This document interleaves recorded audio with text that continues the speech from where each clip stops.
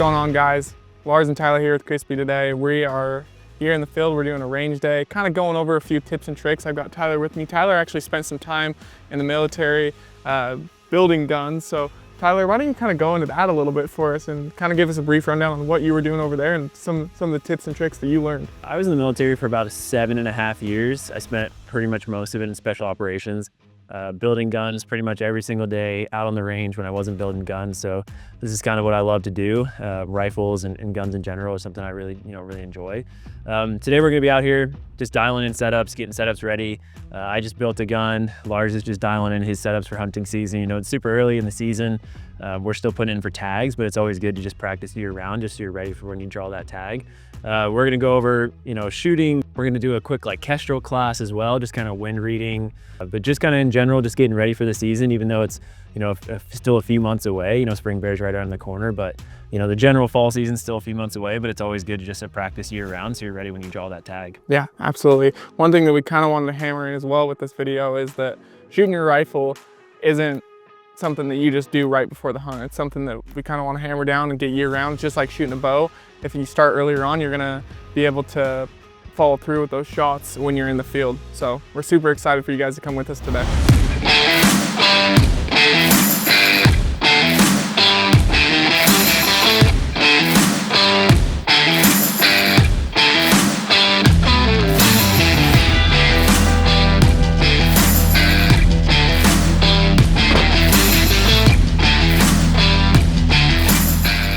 All right, so I wanted to go over my rifle build really fast for you guys. So this is a custom gun that I had built here in Utah by Phantom Firearms. So it's a Defiance Classic Action. It's chambered in 7 PRC. I went with the 7 PRC just because I wanted a flat shooting gun that's gonna carry its velocity and I can kill mule deer and elk with it. It's a proof research barrel. It's a 22-inch barrel. On the top of it, I have a Banish 30 suppressor on it. I'm a suppressor guy. I like the noise reduction. I think it helps with my shots, and it also has some recoil reduction as well. This is a Peak 44 stock. It's an extremely lightweight carbon fiber stock. It is a Hawkins Precision bottom metal with an MDT mag. And then topped off here, I have the Vortex Razor LHT, which is a 4.5 to 22 by 50. I absolutely love this scope, specifically for hunting. I think it goes great for target shooting as well, just because of this turret here, how it doesn't move unless you pull it up, and then you can finally move it. And then it has a zero stop as well. It has the illuminate reticle. I've got the Vortex bubble on there with the Sequence Precision rings, but this is my build. I've killed quite a few animals with it, done quite a few range days, and it shoots lights out. What's going on, guys? It's Tyler. Just wanted to go over my two setups here. As you can see, they're very similar setups. So I'll start with the hunting gun. It's probably a little bit easier to describe. So this is a Bergara, factory Bergara MG Lite, chambered in 6.5 PRC. Generally 6.5 PRC is my preferred caliber for hunting. I like flat shooting, super kind of lighter round. I like heavy for caliber, so I shoot the 156 Bergers, but I do like a slightly lighter round just for recoil reduction. Generally I'm solo hunting, so I like to spot my own impacts through the scope, and typically 6.5 PRC lets me do that. It's got the carbon cure barrel. I did change the muzzle brake. This is the Salmon River Solutions 4-port muzzle brake, the titanium one. I've got Hawkins Precision rings. And then this is a Night Force. This is an NX8 2.5 to 20. I genuinely prefer Night Force scopes. I like the durability. I don't mind a little bit of the added weight. I absolutely love this gun. I love shooting it. So I built a 6.5 Creedmoor just to kind of model it off the PRC. Just for a training gun, really. PRC ammo is expensive, and I don't like buying it as much. But Creedmoor ammo is a lot more affordable, and it's a lot more fun to shoot. So this one is a full custom gun. It's built by Phantom Firearms here in Utah. So this is still an XLR chassis. It's the aluminum one. And then the action is a Defiance Ruckus with the integrated rail. And then Night Force NX8, this is the 4 to 32, so a little bit bigger scope. And the main difference here, this one's in MOA, this one's in mil. I really just did that just to kind of learn mils a little bit more. I shot it a little bit in the military, but not a ton. The rings are American Rifle Co. rings, full mount basically, super sturdy. The barrel is a 24-inch proof Sendero, another Salmon River Solutions 4-port titanium brake on there. Then this is a kind of a laser engraved Cerakote combination on the chassis itself. Super fun gun to shoot. I've only got about 50 rounds on it. I'm still kind of braking in the barrel, waiting for it to speed up a little bit. But these two guns, I kind of modeled them off each other just so I can kind of go back and forth between my training gun and then my hunting gun as well. Lars is just gonna check his zero. He just got done hunting, took a couple bumps while he was hunting, so he just wants to make sure the scope held 0, rings held 0, gun's still shooting good before we start stretching it out a little bit. I'm just watching it through the spotter. He's gonna check it real quick and then we'll go from there.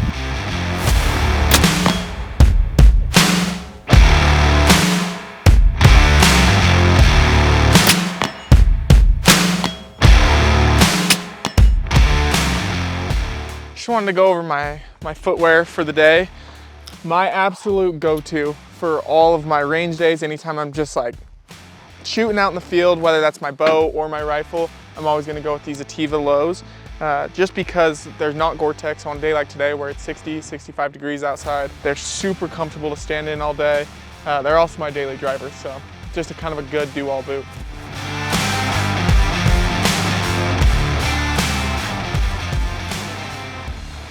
First round impact at 435. You got it? So you don't guess. Unlike archery hunters, Kestrel, where you just guess.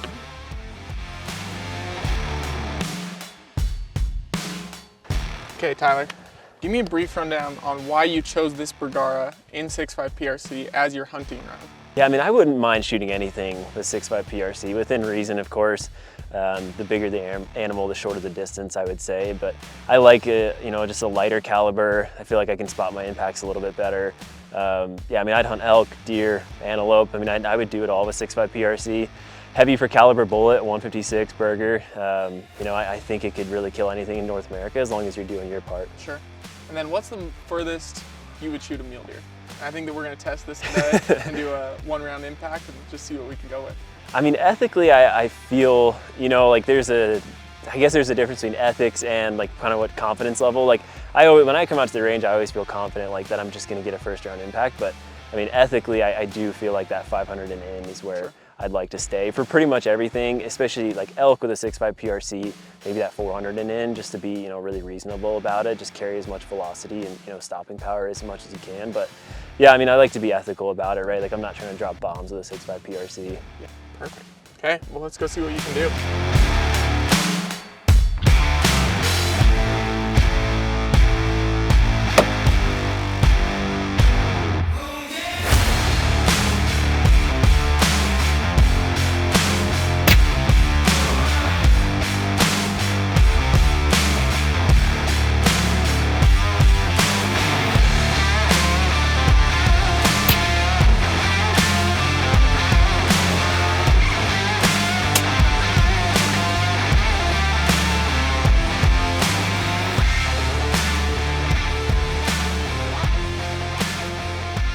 So dialed.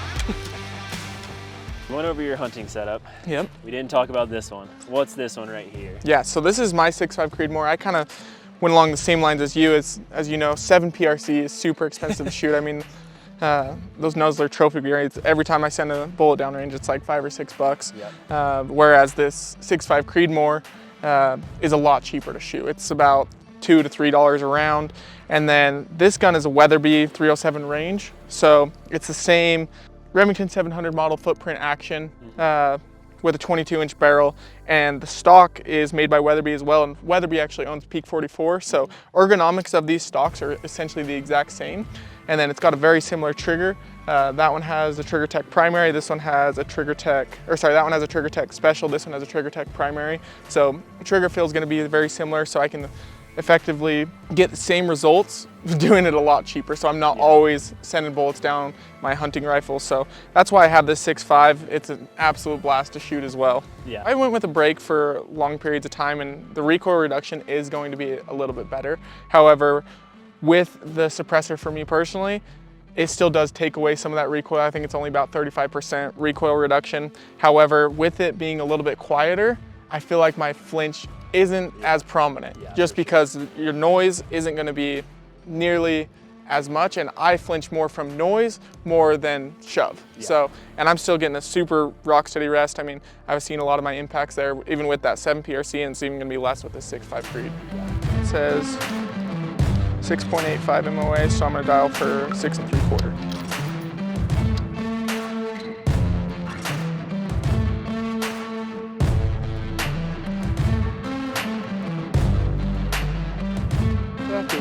Get in there.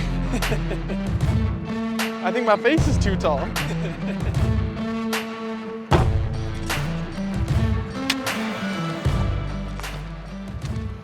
Pretty confident shooting off of this. It's definitely nowhere near like prone, but I mean, it does the job. What's the tricks here? Like wide stand? Yeah, wide stance. All right, so we're gonna do a little challenge here between the expert and the rookie, is what we like to call it. We're gonna go out to some ranges here. We're at 435 right now. I think that there's a hill over here, should be about 850, 900, and first one to miss loses. They gotta buy Red Bulls.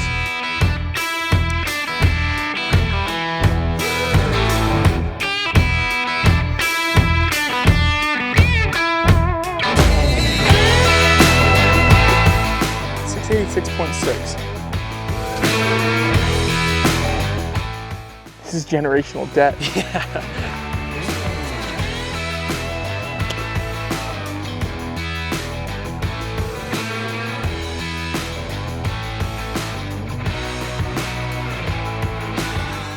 All right, guys, so like I said in the intro, we were just gonna give kind of a quick down and dirty on the Kestrel. For me, generally what I'm checking is atmospherics, wind, and then double checking range based on what my Swaros spit out. The Kestrel itself has the atmospherics all built into it. It's got the environment. Right now I have it set to, you can do lock or live. It gets kind of in the weeds, but generally you want it to go live, so it's checking your atmospherics, and then at a certain point you want to lock it. So that's way if it's in your pocket or if it's sitting in the sun, it's not pulling that atmospheric, it's not getting super hot, because that will change kind of the dope that it spits out for you. So right now I have it locked because I just kind of swung it around, did the old Kestrel spin. So I have it set to lock just so it doesn't start changing on me. From there, basically what I'll do with it is kind of my step in my process is put the range in that my Swaros spit out to me, and then I'll check wind. So it's got this wind meter up here. Target's always at 12 o'clock, and then so the wind right now is basically coming straight from our 3 o'clock. So I'll just go to the wind, I'll start it, I'll check wind. Right now we're getting 2.6 min, 3.8 average, or 3.8 max. So I'll just put that information into my wind, 2 to 4, just to be safe from the 3 o'clock. And that spits out a 0.81 right holdover for me. So it's super quick. People do some pretty crazy stuff on a Kestrel. I probably kind of use it at a very basic level just to get my wind reading correct. I do carry it on a hunt as well. I think another reason guys miss a lot other than range is just not holding for wind correctly, or just estimating wind, taking a wild guess and hoping that it's right. And especially at this distance, I mean, wind can really mess you up. So generally like a Kestrel is really nice to have. You definitely don't need it, but it is definitely nice to have just so you know exactly what your wind is. We're set up for our competition. We are at 685, so not a significant distance shot, but definitely some skill involved here. So Tyler, with the 6.5, what are you dialing for? Right now I'm at 13.85. I'll probably round it up to 14 just to be safe, given the wind, but probably around 14. Yeah, and the 7 PRC is sitting right at 11.5, and I'm shooting a 175 grain ABLR bullet. So I think mine carries a little bit more energy, yeah, a little bit flatter, but there's some give and take here. Yeah, I'm shooting 140s out of these right now, just what I had left over. I actually don't have any 156s left, shot them all, but these are 140s. They're going a little bit faster. I'm getting like maybe 50 feet per second faster than 156. So. How fast are you going? These are shooting like 2870, 2860-ish. My 156s are shooting like 2810. Yeah, I think those 175s are going 2910. A little faster. A little bit more speed, a little bit more energy. Let's get after it. First round, we can't miss.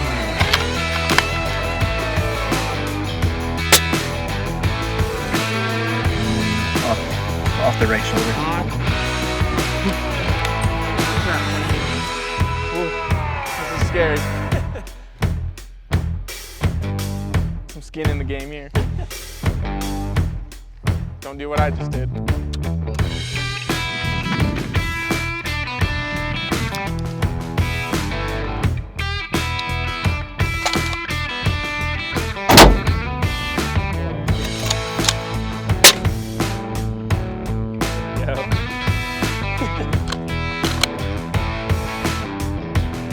Impact!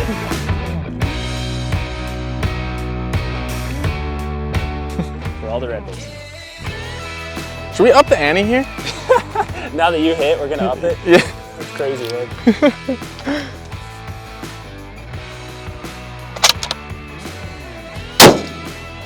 Oh, same spot. Bouncing around in there. That's tough. I can't believe that you're shooting like that. I think I was cheating there a little bit. Laying prone. Double or nothing? Double or nothing. 2 more Red Bulls. All right, give it one more go. Dude, that mirage is so awful. Missed. It was off the left. Was it? Thing. I was holding off to the left. Oh no! You were just off the left. You squeak it in right there. See? That's brutal. Got some funky wind down there. And the wind's picking up here.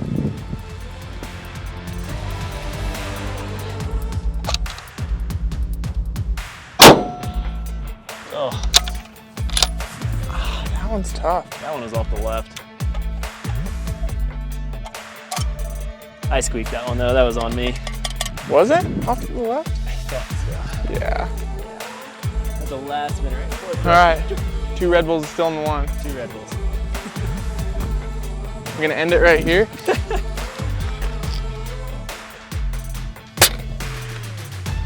Nailed it. I didn't hold for wind at all. Kyler, show these guys how big this gong is that we're shooting. Because people, a lot of the times, are shooting like some 24-inch by 24-inch gongs. What is this one, 15? It's a 2/3 IPSC, if anyone knows what that is, but it's tiny. Yeah, it's smaller than deer vitals. Oh yeah, for sure. At this distance, yeah. Yeah, it's a smaller target, so. But it's good to practice on. Absolutely.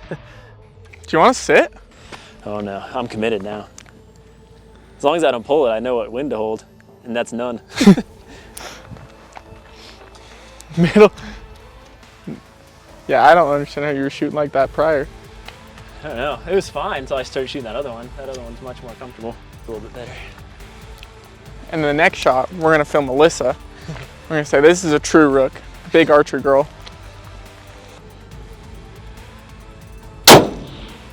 Oh, no good.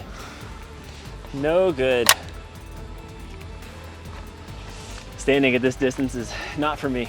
It's not for me either, that's why I wasn't doing it. Okay, listen.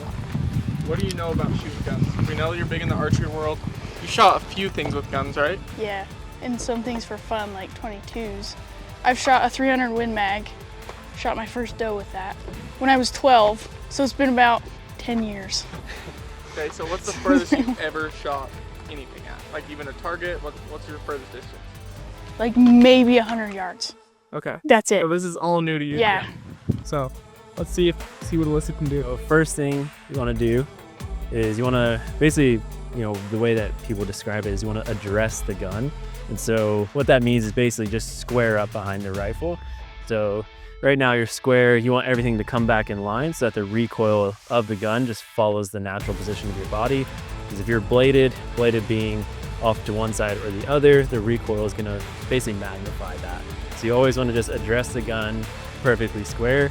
And so generally, like what most guys do is they'll come up behind the gun, kneel down, and then they'll lay down from there.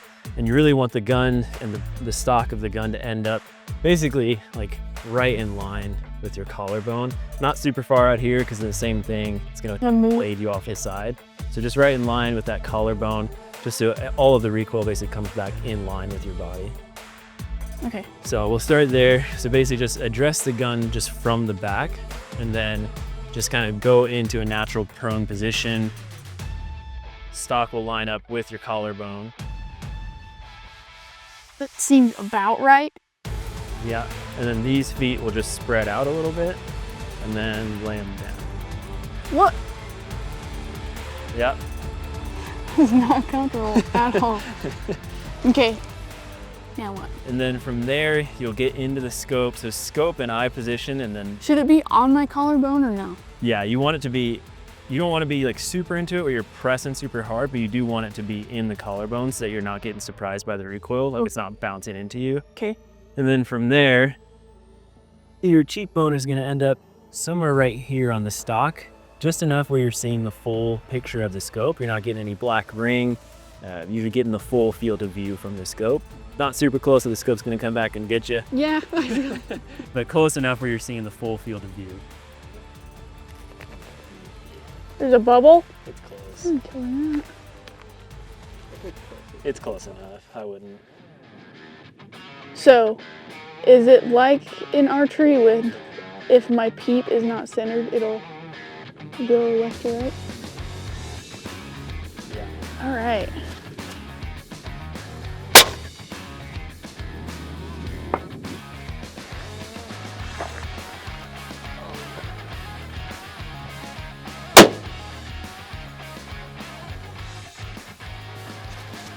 I forgot. Yeah, I forgot that trigger's heavier than you like it too. What? Oh my God!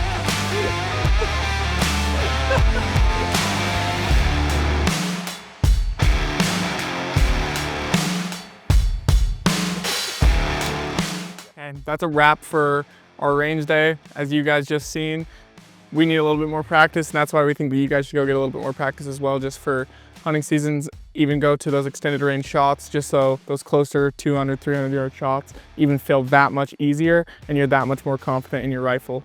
Tyler, you got any closing notes? Yeah, I mean, it was a good day. It's always fun to get out and shoot rifles for sure. And the other thing too is that I primarily shoot by myself, and so it's always nice to get out, shoot with other people, especially a competition, just make it, even a little bit better. Even if you're, just playing for Red Bulls or Ghost energy drinks, like it's just, it's a little bit better. It's always nice to get a little bit of competition in there. Super fun. I mean, shooting standing off a tripod is definitely not what I would do normally, but it's just fun to kind of, test yourself, see where you're at as far as distance, range, and just so you can really decide what your ethics truly are for your skill and your capabilities, right? Yep, absolutely. Well, hope to see you guys on a hunt here soon.